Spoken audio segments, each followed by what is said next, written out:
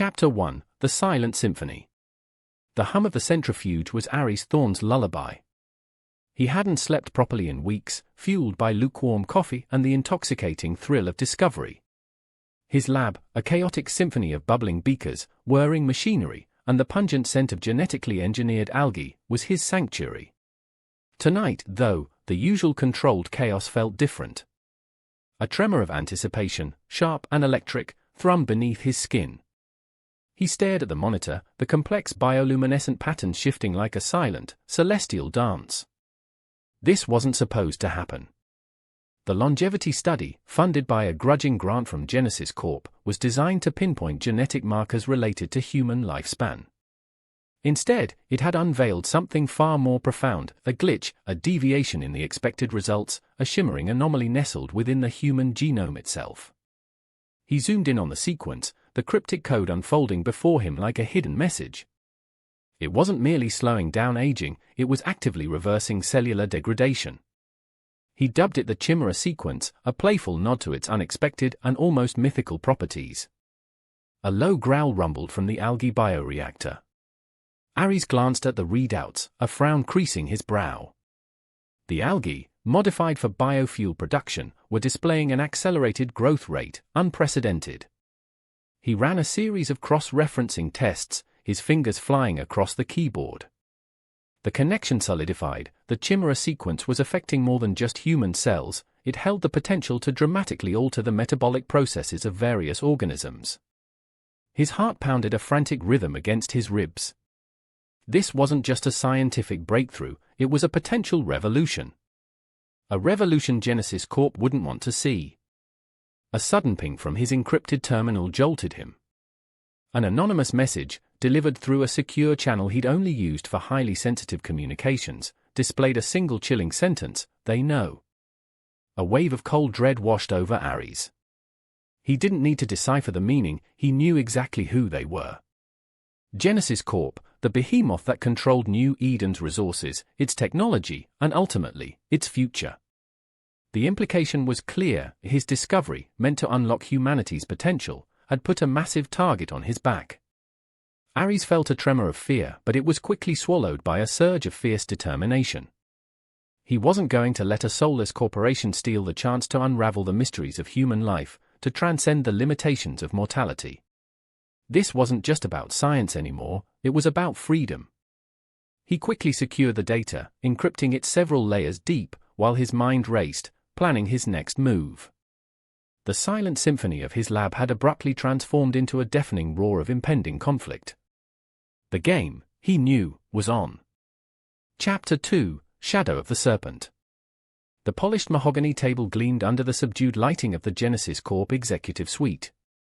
Aries sat across from Theron Vance, CEO of Genesis Corp., a man whose smile held the chilling chill of a glacier. Vance exuded power, an aura amplified by the sterile elegance of his surroundings. The air itself felt thick with unspoken threats. "Dr. Thorne," Vance began, his voice a smooth baritone, a stark contrast to the predatory glint in his eyes. "Your unusual findings in the longevity study have certainly piqued our interest." Aries remained outwardly calm, his internal turmoil masked by a carefully crafted facade of polite indifference. "The results were unexpected, yes. The Chimera sequence appears to offer possibilities." He left the word deliberately vague, unwilling to divulge too much. Vance chuckled, a low, rumbling sound. "Possibilities? Dr. Thorne, we're talking about potentially rewriting the very definition of human life. A market far beyond anything we've ever encountered." He gestured to a sleek datapad displaying projections that would make any venture capitalist drool. "Genesis Corp is prepared to invest heavily in your research, to provide you with unparalleled resources, to ensure your discovery reaches its full potential." Aries felt a prickle of unease. This wasn't a casual invitation, it was a veiled ultimatum.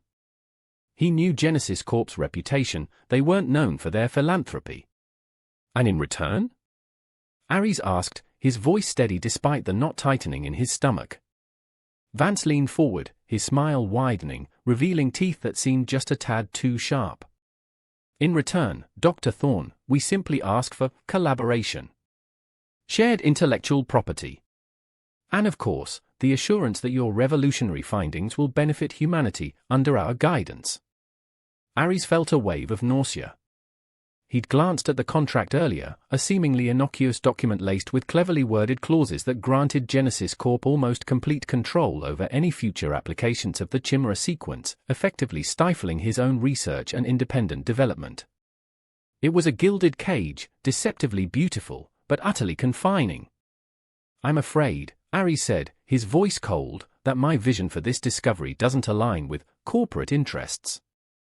Vance's smile vanished, replaced by a chilling mask of displeasure. "Dr. Thorne," he said, his voice dropping to a dangerously low register, "Genesis Corp doesn't respond well to defiance." The subtle threat hung heavy in the air, unspoken, but palpable. Ares stood up, his chair scraping against the polished floor, a small act of rebellion in a room brimming with corporate power. "I believe in the power of independent research, in the unfettered pursuit of knowledge. I will not surrender the future of humanity to a corporation driven by profit." He turned and walked away, the sleek mahogany table and the chilling smile of Theron Vance fading behind him. He knew he'd just crossed a line, but the thrill of rebellion, the fight for scientific integrity, was far more exhilarating than fear. The shadow of the serpent was long, but he wouldn't be its prey. Chapter 3: Run for Your Life. The crimson emergency lights pulsed, casting long, dancing shadows across the sterile corridors of New Eden. Ares sprinted, his heart hammering a frantic rhythm against his ribs, the metallic clang of his boots echoing through the deserted hallways. Behind him, he could hear the heavy thud of footsteps, the relentless pursuit of Genesis Corp's security forces. He'd underestimated them. The corporation hadn't merely sent security guards, they'd deployed bioengineered Cerberus dogs, genetically modified canines with enhanced senses, speed, and aggression. Their growls, amplified by the echoing corridors, sent shivers down his spine. He risked a glance over his shoulder. One of the Cerberus dogs, its eyes glowing with an unnatural luminescence, was gaining on him. Its jaws snapped shut just inches from his heel as he veered sharply into a maintenance tunnel, the air thick with the smell of ozone and rust. "Damn it," he muttered, his breath coming in ragged gasps. He fumbled with his datapad, frantically searching for an alternative route.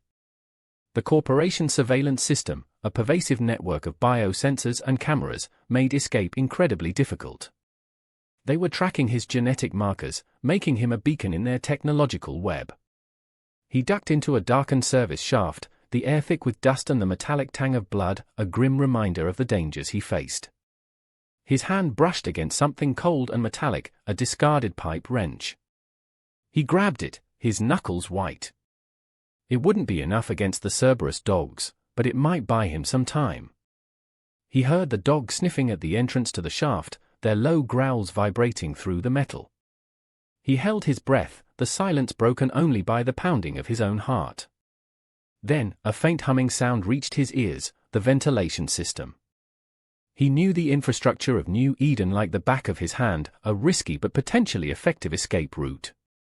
He crawled through the narrow duct, the stale air choking him. Sparks flew as his wrench scraped against the metal walls. The air grew thinner, hotter. He could hear the scraping of claws against the metal above him. The dogs had found another way in. He reached a junction, forcing himself to choose a path. He opted for the north ventilation shaft leading towards the less secure perimeter of the biodome. It was a long shot, a desperate gamble, but it was his only chance.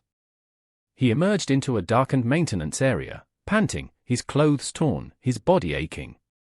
The Cerberus dogs were still pursuing him, but their pursuit was slower in the open area. His heart still pounding, Ares knew this was only a temporary reprieve.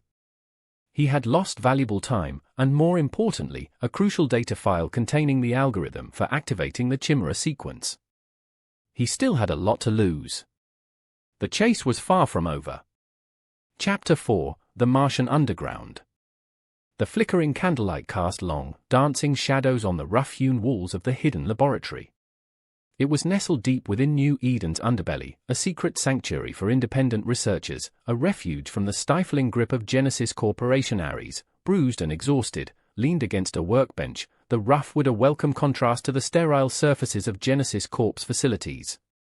Dr. Lena Reyes, a biochemist with eyes that held the fierce intensity of a hawk, studied him with concern. "You look like you wrestled a Cerberus dog and lost," she said, a wry smile playing on her lips. "They're faster than they look," Ares rasped, his voice hoarse. "And their sense of smell, it's unnerving." Another figure emerged from the shadows, Dr. Jen Lee, a wiry computer scientist with nimble fingers and an uncanny ability to infiltrate any system. "The corporation surveillance is more sophisticated than we initially thought," Jen said, his voice low and serious. "They're using advanced genetic tracking." "You're practically glowing to them." Ares nodded grimly. "I lost a crucial data file, the activation algorithm for the Chimera sequence." A hush fell over the room. The algorithm was the key, the missing piece that would unlock the true potential of his discovery. Losing it was a devastating blow. Suddenly, a voice, low and gravelly, cut through the tension. Perhaps not entirely lost. A woman emerged from the darkness. Her name was Dr. Anya Sharma, a former Genesis Corp scientist, her face etched with a mixture of weariness and defiance. Ares recognized her from the anonymous warning. "I leaked the alert to you," Anya explained, her gaze unwavering. "I couldn't stand idly by while they misused the Chimera sequence. Their intentions are far more sinister than simple profit. They intend to create a genetically superior workforce, a compliant, expendable army of enhanced humans." Anya revealed that Genesis Corp planned to weaponize the Chimera sequence, creating soldiers with extended lifespans and enhanced abilities, reinforcing Ares's suspicions about their motives. A wave of grim determination washed over the group. The stakes had just risen exponentially. This wasn't just about a scientific breakthrough anymore, it was about preventing a dystopian future where humanity became enslaved by its own creations. They had to reclaim the algorithm, expose Genesis Corp's plans, and ensure the ethical development of the Chimera sequence. The Martian underground had just become the front line of a silent war for the future of humanity. The fight had just begun. Chapter 5: The Data Heist. The server farm hummed, a colossal hive of blinking lights and whirring hard drives. Ares, Lena, Jen, and Anya stood poised at the edge of the restricted zone, shadows in the artificial twilight of New Eden's underbelly. Their target, the heavily fortified Genesis Corp server farm, the digital fortress guarding the missing algorithm. Jen, a maestro of digital infiltration, tapped furiously on his customized datapad. "I found a weakness," he whispered, his voice barely audible above the hum of the servers. "Genesis Corp over-relies on AI security.